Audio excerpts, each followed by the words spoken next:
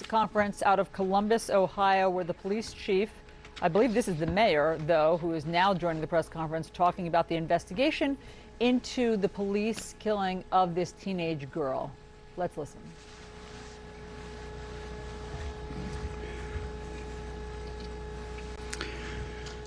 We don't yet have all of the facts, but we do know that a 16-year-old girl, child in this community, tragically died last night. We released the officer's body-worn camera footage as soon as possible. We'll release all other information that we can as soon as we can. We also need to be careful about not compromising the investigation being conducted by BCI. We believe that transparency with the public is the utmost priority during this difficult time.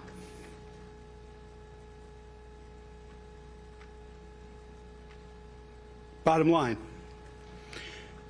did Ma'Khia Bryant need to die yesterday? How did we get here?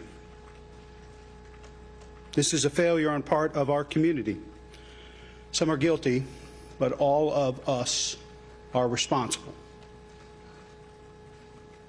BCI will determine if the officer involved was wrong, and if he was, we will hold him accountable, as we have other officers who've committed wrongdoing, criminally or in violation of the policies and procedures of the Division of Police. Transparency, accountability, absolutely critical to our community during this time of crisis. We have a bigger societal question. How do we as a city and a community come together to ensure that our kids never feel the need to resort to violence as a means of solving disputes or in order to protect themselves? We remain committed to ensuring accountability in all violent interactions between police and our neighbors. The BCI investigation is the first step in unraveling what led to the tragic death of yet another child in our community. This is what we have done thus far. We released officer-involved body-worn camera footage within hours of the incident. We updated stakeholders throughout the evening of the incident. We are releasing remaining body-worn camera footage from witness officers here this afternoon. We will release cruiser cam video either later today or early tomorrow morning. We continue to meet with faith leaders, community leaders, and the media to share everything we can without compromising the investigation, because we know how critical timely, full, transparent information is to the public right now. I invite Safety Director Pettis to come forward and share a few words.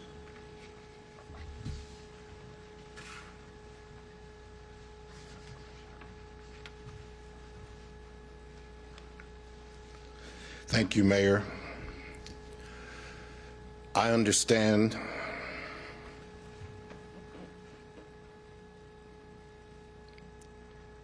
the outrage and emotion around this incident. A teenage girl is dead, and she's dead at the hands of a police officer.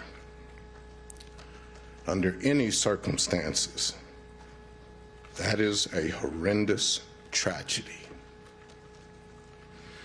But the video shows that there is more to this. It requires us to pause, take a close look at the sequence of events, and though it's not easy, wait for the facts as determined by an independent investigation. We have to ask ourselves, what information did the officer have? What did he see? How much time did he have to assess the situation? And what would have happened if he had taken no action at all? We don't yet have those answers, but these are some of the questions that are asked and addressed in disciplinary hearings that come before me.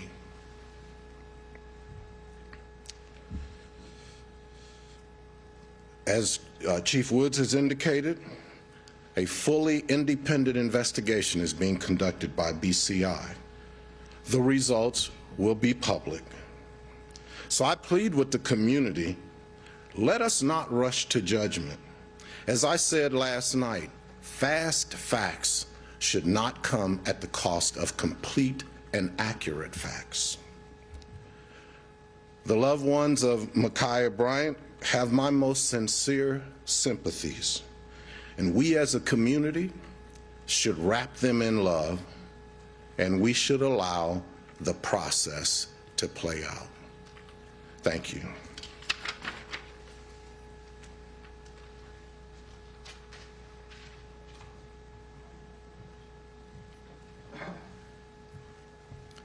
Again, I am limited in the information not only that I can share, but in the information that I have. As I stated earlier, the Division of Police, our responsibility is to provide information, not to conduct this investigation. So I will try and answer some questions that you have. Chief Woods, who was on that first 911 call? Is that Ma'Khia Bryant's voice? We do not know that. Again, that will be BCI interviewing all the witnesses to determine who made those phone calls. The Division of Police did not interview any witness or anyone that day, and we will not interview them. Did anyone on the scene say it was Ma'Khia? I do not have any of that information. Chief Woods, who were the other people in that video? For example, the woman on the ground or the woman in pink. How old were they and what were their relationships? Again, those are witnesses, so they were referred to BCI. So BCI would have that information, but again, that's part of their investigation. We don't come in. We did separate the witness. You saw that with the officer placing individuals in the back seats of cruisers. That was the extent of our involvement right then. We wanted to separate the witnesses, keep them available for BCI, but we do not interview them. We don't ask them what they saw before we got there or when it was there. That's an entirely exclusive BCI process. Chief, I have a couple questions for you and then one for the mayor, if I may. This question has to do with policy more than it has to do with the investigation. Since it happened and people heard the mayor call for transparency and the body cameras to be released, one question specifically that has gone viral on social media is, to what degree should an officer opt to use a taser rather than his service weapon? Again, I'm asking you to respond to that based on policy, not specific to this investigation. Yeah, because I cannot respond specifically to this specific incident, but what I can say is when officers are faced with someone employing deadly force can be the response the officer gives. And at what point is it more prudent for said officer in a hypothetical scenario to use a taser versus the service weapon? Again, if there's not deadly force being perpetrated on someone else at that time, an officer may have the opportunity to have cover, distance, and time to use a taser. But if those things aren't present and there is an active assault going on in which someone could lose their life, the officer can use their firearm to protect that third person. Understood. Mr. Mayor, it's very rare for a police agency in this country to release body camera video as fast as the Columbus Police Department did. You pretty quickly after the shooting sent out a couple of tweets saying there is camera video and indicating you wanted it released. Did you face an uphill battle with anyone in pushing for that to try and get it released last night? No, I think we all knew as a city and as a community that there were a lot of things being said and shared out in the community that may or may not have been consistent with what we have seen with our own eyes here. And I think critically during a time of crisis, it's very important to be as transparent and responsive as possible. And so work closely with the director and the chief to make sure, and their teams, to make sure we got this footage out. Now you have everything that we have that has been processed, and we'll be sharing more in the hours, days, weeks ahead. that doesn't compromise the investigation, because it's critically important for us, for the public, to have the information that we have so we can be transparent as possible. Mayor, to follow up on that, whose call was it to release all that information? Why was it done?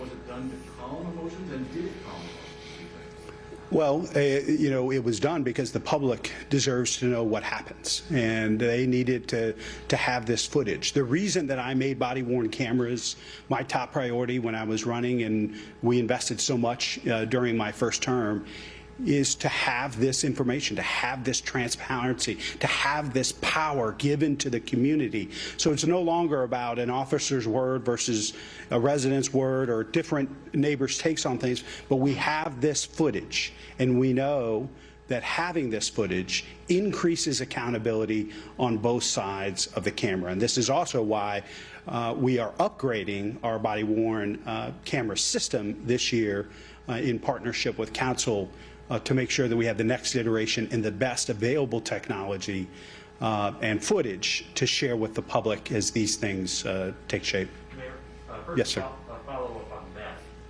Now that we've seen how quickly this body camera footage can be released, is that going to be the standard for all officer-involved shootings moving forward, or is this a unique circumstance? I believe that it'll be, you know, something that we have to evaluate. My goal is to have as much information shared as quickly as possible. And as you know, our top priority last year was entering into, by executive order and an MOU, the first time ever that the city's had independent investigations take place with police-involved shootings that BCI is handling in this case, as well as the case involving Andre Hill from December. That was a top priority and something that we believe is important, that folks know that there's an independent investigation taking place when there are police-involved shootings and deaths in custody. That's something that I think we will strive for and will make a priority, again, because we believe transparency is most important during times like these. You talked about the need for reflection and everyone's responsibility for a tragedy like this. Regardless of whether the investigation finds this officer acted appropriately or within protocol, are you going to be calling for change to try to prevent another shooting like this? Absolutely. I mean, the fact that we had a 16-year-old girl armed and involved with physical violence with other folks in that community, that's something for us to look in the mirror and to say, what are we doing or not doing? How can we better serve young people who are facing one of the greatest spikes in violence in this city and in cities across America?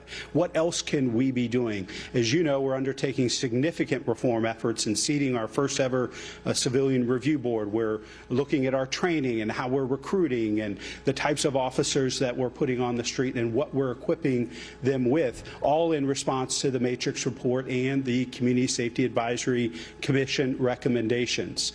And so this is going to be a top priority for this city moving forward as we continue with change and reform. We're going to be hiring the first external chief of police in the city's history in the coming months, and we think that with other steps will help us deal with what the community is calling for. Chief Woods, you described how your policy allows an officer to discharge their firearm to prevent deadly harm. What do you train your officers about how many times they can discharge their weapon before stopping and reevaluating and determining if they need to keep discharging their weapon? Firearms training is you fire until the threat is over. So there were shots fired, but I can't assess what the officer is thinking. That'll be through his statement. But training is you fire to stop the threat. Chief, can I ask you about the gentleman who was also seen in the video? He was seen kicking the girl who was on the ground. Is CPD investigating that separately as a possible assault? Yeah, we will have to look at that, but first, before we can talk to that person or any other individual to look at any other crime that may have been committed during this, is that BCI, again, has to have that first opportunity to talk to everyone there. Once they give us information that those interviews have been completed and that it's okay, then we will step in and see if there are additional individuals that need to have charges filed. And Mayor, can I follow up on your previous statement? What do you think could have been done differently to prevent what happened last night? Well, obviously, we'll know a lot more once we have the independent investigation completed and the results back from that, which will be an exhaustive process that we have a great deal of confidence in, and the people have confidence that it will be an independent investigation. Certainly, what I was speaking to is this larger spike in violence that you and I have talked about a number of times over the past year, year and a half.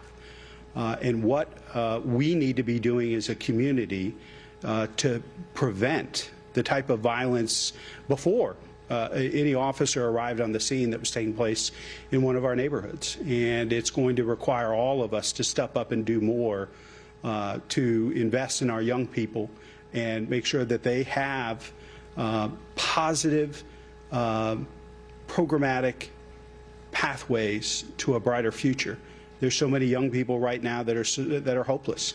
They feel like they don't count, they don't matter, and there's no impact on their future. And they continue to see their friends shot and killed day after day, week after week, month after month. There is a hopelessness out there amongst young people, and that's something collectively as a community we're going to have to address.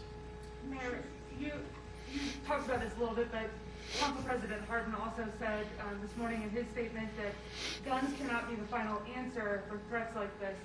What specifically did you see on that tape that makes you think that this may not have been appropriate, or in the alternative, that the officers did act appropriately given the circumstances as we see them unfolding? Well, obviously, the investigation will respond to that and will answer that, both on the criminal side and the policy side for the Division of Police. I haven't seen the Council President's statement, so I'm not going to react to that. But I do believe that a lot of the other reforms and efforts that we're involved with, including the alternative crisis response and other things that we're investing in, will help. I don't know if any of those things would have, had a different outcome based on what we've seen in this footage, but we won't know completely until that independent investigation is finished. Chief, one of the big questions that has been asked primarily on social media, and it may seem like a silly question that, like, shouldn't people already know, but this is a legitimate question that a lot of people are asking, is can an officer shoot the leg? Can they shoot somewhere that would not result in a fatal wound, right? So a lot of people have said, couldn't he have just shot her in the leg so she dropped? Could he have shot her in the arm, something like that? Right, Respond to those questions. one of the difficult things with that is when you're trying, we don't train to shoot the leg because that's a small target. We train to shoot center mass. What is available to stop that threat? There was a threat going on, a deadly force threat that was going on, so the officer is trained to shoot center mass, the largest part of a body that is available to them. When you try to start shooting legs or arms, rounds miss, and then they continue on, and there are people behind that could be in danger that are not committing anything. So we try and minimize any danger to anyone else if we have to use our firearm. Chief, is a 12-minute response time to report an attempted stabbing acceptable? It was not written up as an attempted stabbing. We received the information as a disturbance. There was, as you could hear from the 911 call, it was some confusing information. The dispatchers attempted to gain more information to help them decipher what was going on. The second call was very abbreviated. Once they saw a cruiser outside, no additional information was provided. So what we try and do with our dispatchers is ask those questions, get as much information that we possibly can so that officers traveling to a scene have all that information. In this instance, I think it was very chaotic. The phone call was very loud. There was a lot of screaming going on in the background. So all that information that we weren't able to get would have been beneficial. But as far as a 12-minute response time, I also don't know what was else going on in the city at that time. We have to prioritize. We only have so many resources. So if there were other priority calls for service going on at that time, we have to look at that, and then our cars available for that. The first caller did refer to trying to stab us. Yes. That's no cause for urgency? Again, cars were dispatched. We had the run written. Are cars available? I don't have that information if cars were available. We received the call. The call was written up, but do we have cars available to respond? That's a question I just don't have the answer to right now. Do we know the proximity of the first responding officer who fired the shot? We know how far he was. I do not. Chief, you You said the know first, those two girls were injured, the two that we see, the one who cancer goes down, and then the girl who survived this lady. Do we know anything about whether they were injured? I believe they were minor injuries. I don't have the extent of those injuries, though. Do you know if those were knife injuries? I don't have that information. Again, any injury or any information they would have provided would have gone to BCI, not to the Columbus Police. Chief, you said the first call came in at 4:32, is that correct? Yes. And the second call came in? I don't have that time. I just have the first information. We received the first call at 4:32. And officers were dispatched at 4:35? 4:35. Does it typically take 3 minutes to dispatch an officer to a scene, like we discussed where there was a disturbance? Again, a dispatcher has, this is Zone 2, so this is a large part of the southeast part of the Columbus. So there are 4 precincts on that zone. It's an afternoon. It was a nice day. There may have been a lot of calls for service. So what cars are available? They rank those in priorities, priority 1, priority 2s. This was a priority 2 call. Once a car is available, they get dispatched. Do you know how many gunshot wounds the deceased? I do not. That'll be a BCI question. Chief, does the Columbus Police Department policy state that the officer must declare he is about to shoot before he does shoot? We try, but it is not a policy requirement that you yell your intent to fire your weapon. Is it a part of teaching that the officer is taught to? If there is time and opportunity, yes, we try and include that, but it is not a requirement if that time and opportunity is not there. Can I get clarification? Do you know and confirm that Micaiah did live in that community in one of the houses? I can't confirm any information about her residence or any information about her. Do you know what this disturbance was about? We don't. And again, that'll be obtained through those investigations from BCI. Again, they're getting that first crack. They want to have that information. They want to have that information fresh. And I would like to just kind of mention your question about the timeliness and how quick we were able to get this information out there. One of the things that has to occur before we get that is that BCI wants to have the opportunity to look at that body-worn camera footage. So we send a homicide detective to that scene with a computer that allows them to watch that. They want to review all that body-worn camera so that when they're doing their investigation, the scene, any evidence, they want to make sure that they have collected any evidence. So they're getting that first opportunity. So last night, that opportunity to view that happened quickly. Then that body-worn camera was brought into police headquarters. We uploaded it into the system, and then we got that out as quick as we could. I believe about 5.5 hours. That's extremely fast, and I'm not going to say that we're going to be able to do that every time. If there are a lot more videos to watch, BCI has to go through each one of those videos to have a good understanding of what took place, who to interview, what the crime scene looks like. So it's time factor of making sure that they have that information before any of us do. BCI agents watched all that body-worn camera before it was ever brought to me. Chief, what's your takeaway watching that video? It's a tragedy. There's no other way to say it. It's a 16-year-old girl.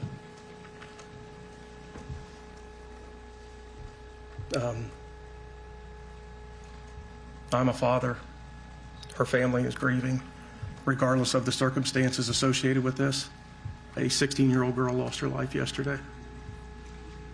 I sure as hell wish it hadn't happened. Thanks, everybody.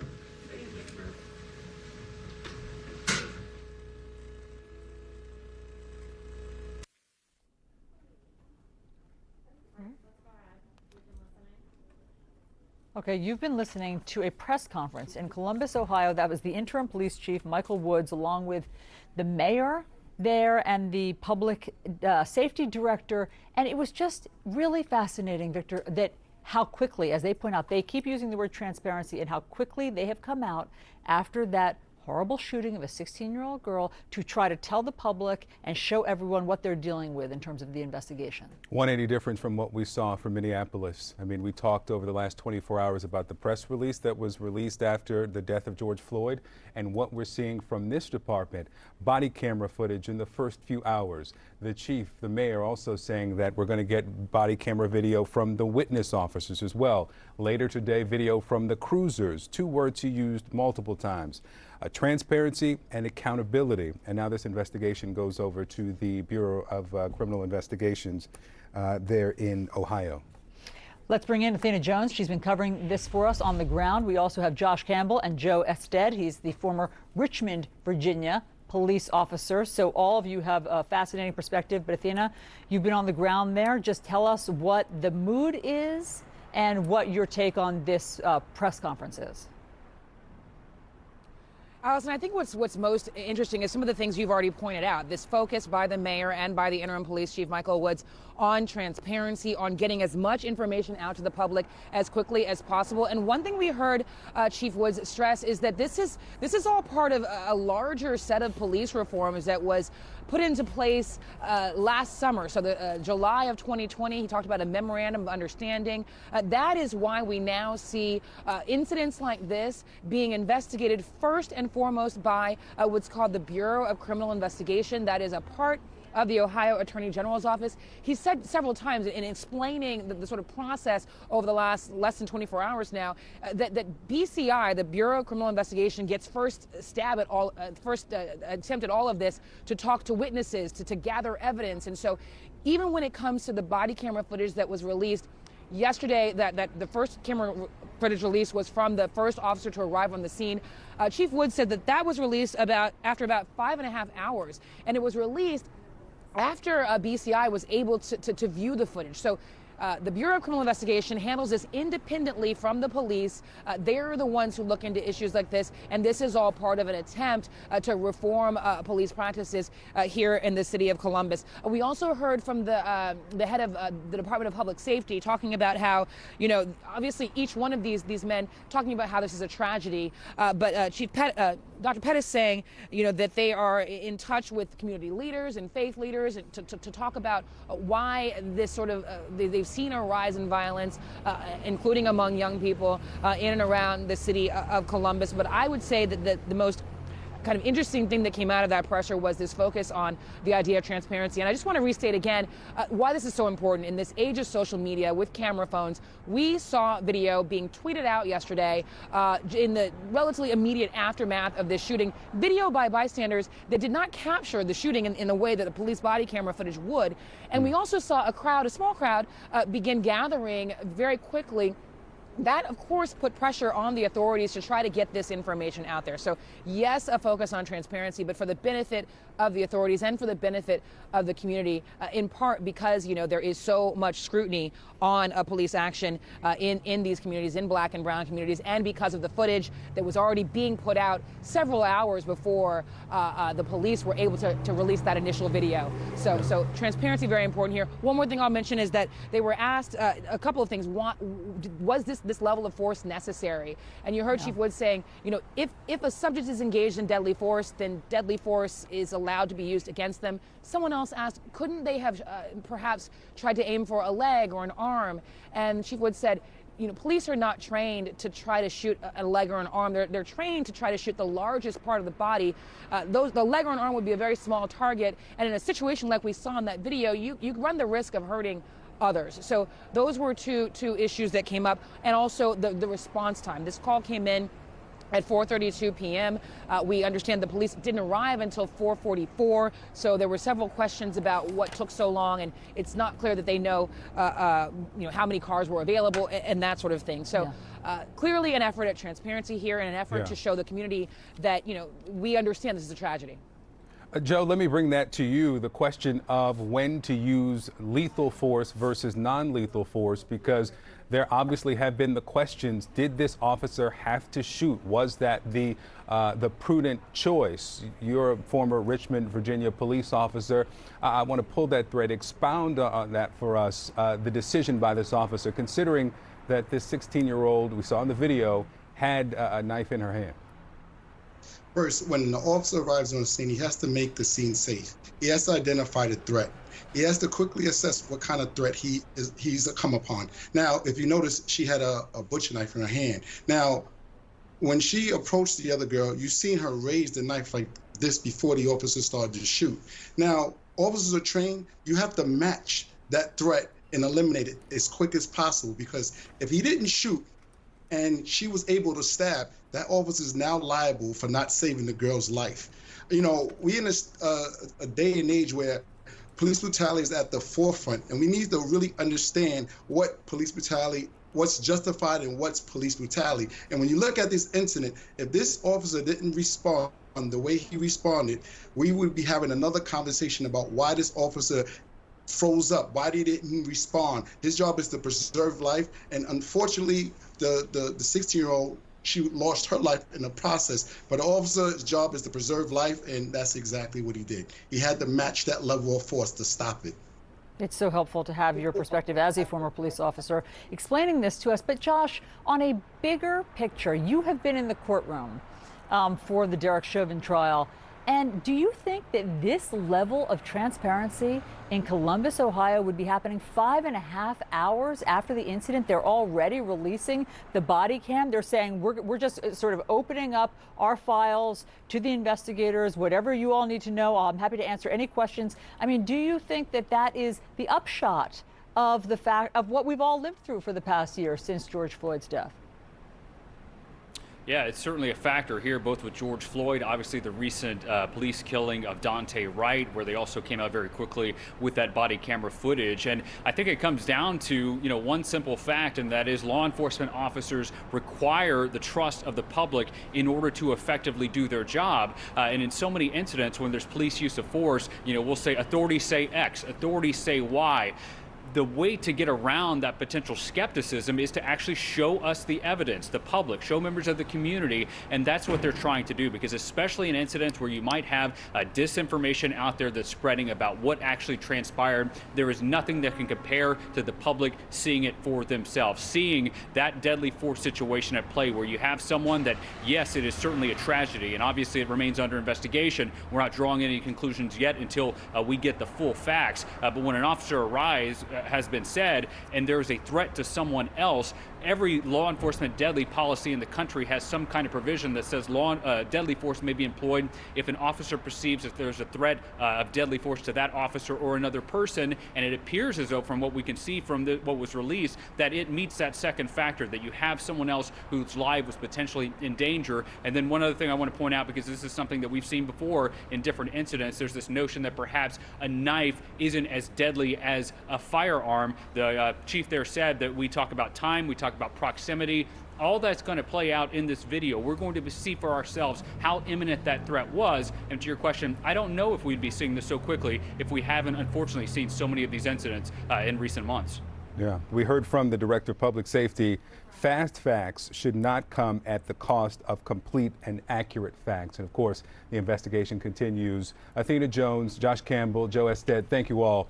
Just ahead, we'll take you live to Minneapolis to speak to an attorney for the Floyd family in the wake of the historic verdict in the Chauvin trial. Stay with us for CNN's Live.